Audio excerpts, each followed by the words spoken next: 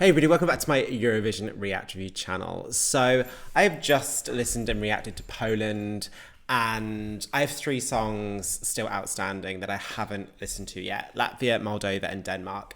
So this evening I have a little bit more energy left in me before I go to bed, so to catch up on some much needed sleep. So I'm going to check out Denmark because I genuinely am really interested in regards to this one. So purely on the basis that last year I watched the national final live. I really enjoyed it, even though I didn't really understand particularly the results. But nonetheless, I listened to all of the songs this year, and my personal favourite was Basim, which leading up to that final, particularly the day before, I'd heard good things coming out of rehearsals and people starting to kind of get behind Basim. But nonetheless, the favourite, my understanding was the clear favourite. I was just obviously reading comments on my national final reaction video in my rankings, and Saba was an evident favourite, and Slavandik from Eurovision T, I know she was a big advocate for that song as well. So I did see 1 or 2 comments also on Twitter about the fact that that performance, while some people may have been sleeping on it slightly before, I think the performance was very, very good in the final. So what I want to do is I actually want to see the results. I want to see how close it was, because there were a few songs in this national final that I didn't mind. And actually there's certainly a few songs that I wouldn't mind checking out, seeing how they went down, and then obviously get around to checking out Saba's performance. So let's just quickly check out the results. Okay, so Dansk Melodi Grand Prix 2024. So from the 8 songs, the 3 songs that went to the semi-final is Saba, Basim. Oh, I kind of got on board with Dione, Mirrorball of Hope. I've seen snippets of that, well, as in live snippets, camera shots of that live performance. It looks very interesting. It looked like a choice in regards to the ideas they had behind that. And I kind of was rooting for Ublu, not so much necessarily for the song, but for the band. So let's see how then it went down. So, okay, so the jury had Saba. Basim had the televote. Interesting. Okay, Saba was 3rd in the televote. Am I making, does that make sense? Yeah. Janus, Wiberg, I Need Your Love. I can't remember that one. Okay, so there's a few songs that I just want to kind of check out to see how they went down. I'm fascinated to see how Choo Choo performed theirs. So before I check out Saba's, let's check out some of these songs first.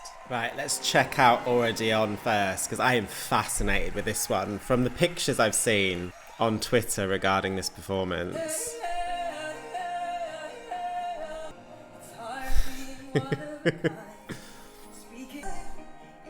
How many ideas are going on there? We've got the glitter ball, we've got the mermaid, we've got the guitar. Sure.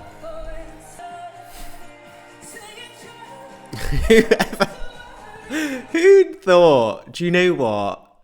This needs a mermaid. This is like a school art project. No offense, Aura. When I thought about this song and its staging, I didn't naturally think mermaid.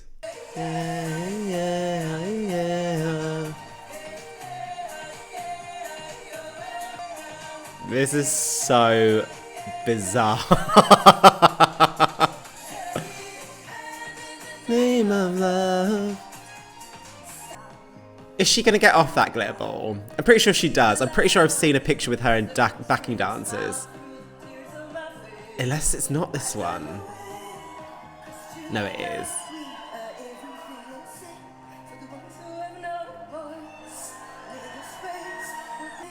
This is so interesting.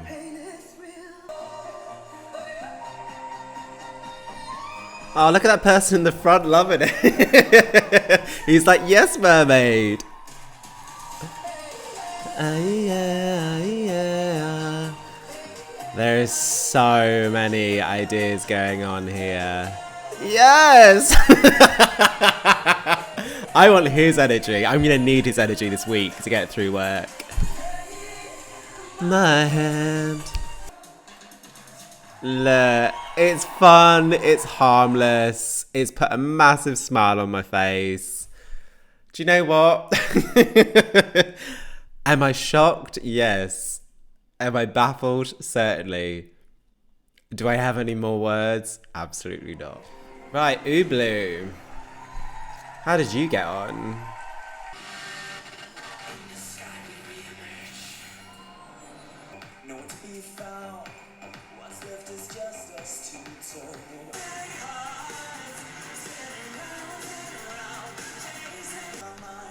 They weren't playing instruments in the music video, were they? As a result, I thought it was a bit of an edgy Alcazar, but it's not. Oh, I genuinely was expecting a dark alternative Alcazar. Aww.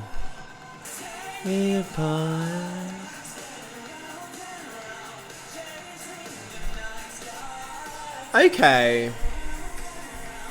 That's a shame. Okay, putting that aside, this is alright. I don't remember this song being so rocky when I reacted to it.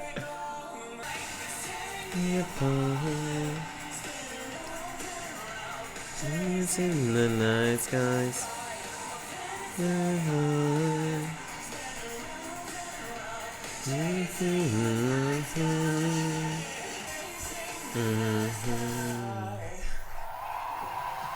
Okay.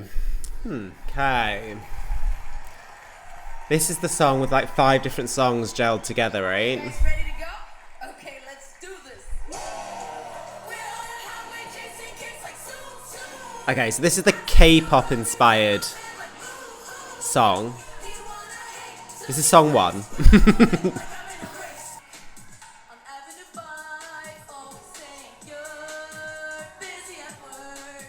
Huh.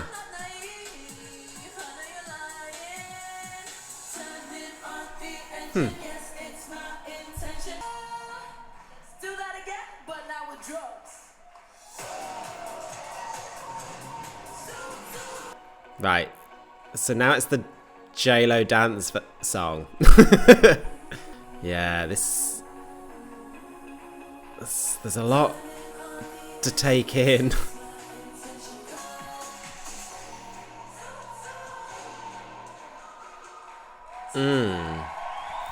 Tusen tak. Okay. Yeah. I think, yeah. Oh, Janus Wiberg was the ballad. Got it. Got ya. I thought this was quite pleasant. I can't remember where. This was definitely my top 4. Certainly. Potentially a little bit by default, but as a slow ballad song, it's nice. It's nice. It's nice.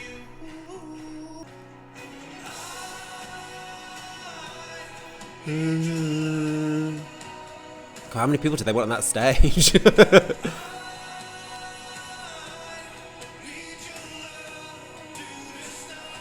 I liked this before, but I'm liking it much more live. But I'm a sucker for strings.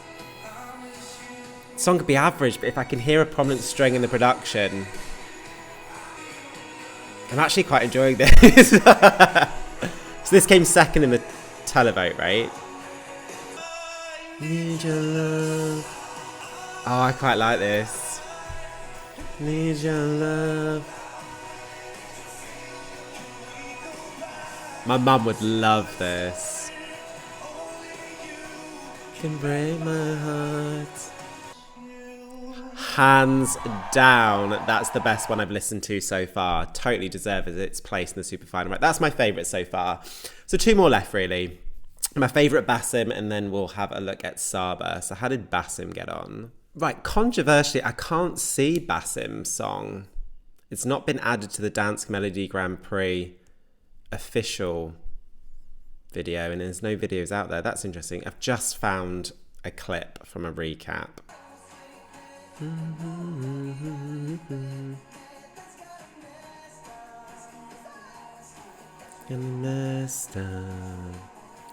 This was my favourite on studio versions. We'll never know now. I'll never know whether that deserved to beat Saba. Maybe people can let me know. Right, there's obviously one song left, Saba. So, yeah. Okay, so I remember not necessarily being enthralled by this song. And then obviously was quite surprised when a lot of people in the comments basically were saying it was their favourite. So, clean slate, ready to have my mind opened. And let's turn you up, Saba.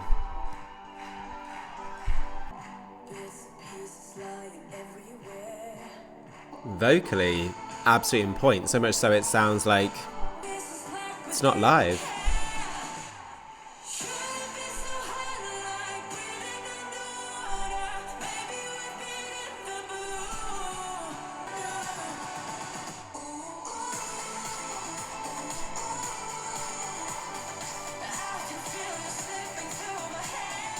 Okay, it's popping much more live on stage.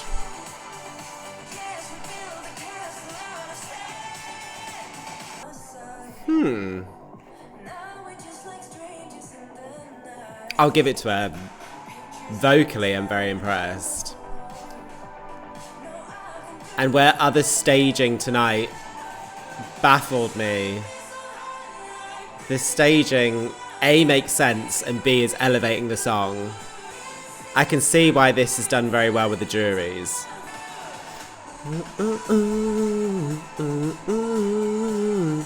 That guy in the front. Absolutely loving life.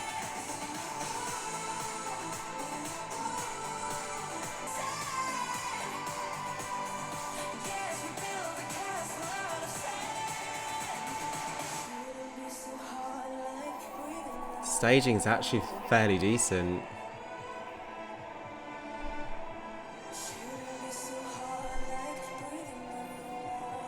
Why is this unbelievably decent staging in comparison to others?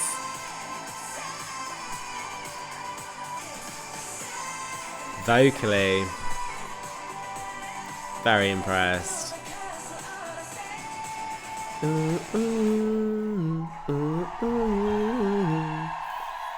Oh, bless her. Okay, so, I mean, is this one of my favourite songs this year? No. Was I actually more impressed? I was a bit apprehensive going into that because, like I said, I do vaguely remember this song when I was reacting to all of the songs on studio version. And I remember, I think this was 6th. I wasn't necessarily hearing evidently what other people were hearing. But like I said, it was clear from that reaction that people were saying, you know, Saba-san, Saba-san, the only chance that Denmark's got in regards to qualifying is sending Saba. And I was like, yeah, okay, cool. I can go with the consensus. Sweet. That was much better than I remember the studio version being. And based on some dodgy staging that I've seen from others, that evidently deserved its place in that super final. It evidently deserved a high score from the jury, purely down to staging, down to vocals. And I know it's such a flippant comment that I keep saying, but I know what I mean when I say it. When I say it's radio friendly, it is radio friendly. It is a contemporary, credible sounding song. It's not necessarily a song that massively grips me, not gonna lie, but like now seeing it and hearing it again, I now kind of understand why people like Slavandic Laura was massively advocating for that song before the national final and really was super happy when it won. I know she's a fan of that song. And so I can respect and understand why people enjoy this song and moreover think that this song was a good choice for Denmark. This melody is probably more in my head than Germany, actually, thinking about it.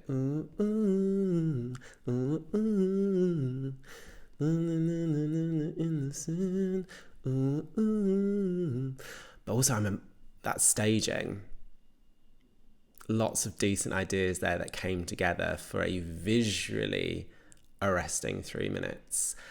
If I'm going to be brutally honest, now I've seen a couple of the other songs, I think on personal taste and personal wants, I'm actually quite surprised about Janus. That actually I enjoyed that. And it's a shame I didn't get to watch Basim's, because that streets ahead for me on studio versions was my favourite. And that was the one that I was hoping for. But like I said, I can't find that live performance. But I mean, now I've seen this. Am I shocked? No. Now I've seen this. And if I was Danish, would I be okay with this going? Yes. But from what I saw from Janus, I would have liked Janus.